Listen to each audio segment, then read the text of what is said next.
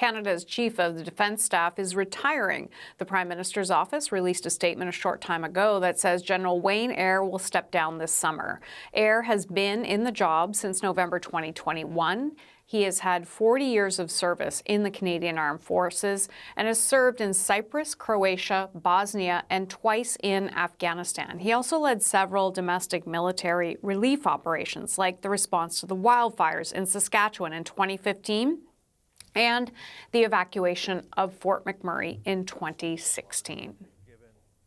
For more on this, let's bring in our senior defense reporter, Murray Brewster, who is live in Ottawa. Murray, is there any word on why Eyre has decided to retire in the summer but announce it now? Well, this is not unusual, Hannah. The Chief of the Defence Staff usually serves for about a 3-year term. They serve at the pleasure of the Prime Minister, and General Eyre is coming up on the 3-year mark right now.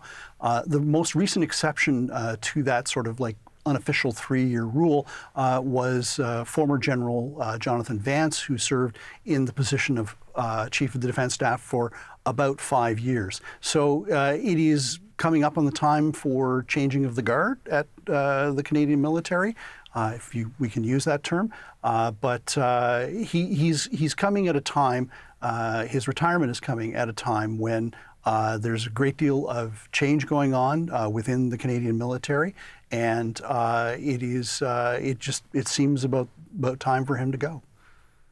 Change in the military, but this is also coming at a crucial time globally. What significance does this have on the departure? Well, it's not an understatement to say that pretty much outside of our borders, the world is on fire. We have the war in Ukraine, we have the war between Israel and Hamas right now, and now we have in military engagements taking place involving Houthi rebels in the Red Sea. So all of these things are a number of things that General Eyre has been warning about at every public opportunity he has. He has been talking about the instability outside of the world and how Canada must be prepared. Now, he took over the Canadian military at a time of great institutional change.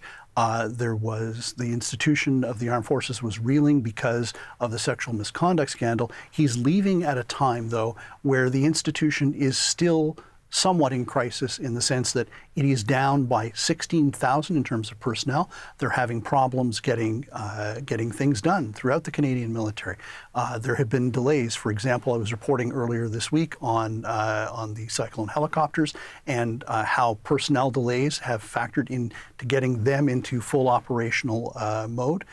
So aside from that, General Eyre is also leaving at a time when the Canadian military is trying very desperately to recapitalize a lot of its major assets, including ships and including fighter jets, and has also been trying to acquire drones.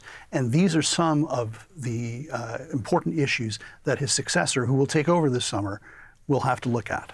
Can I just ask you quickly before I let you go as well, Murray? Remember on Remembrance Day, too, he was quite critical of having to cut back in the military when it came to the spending review.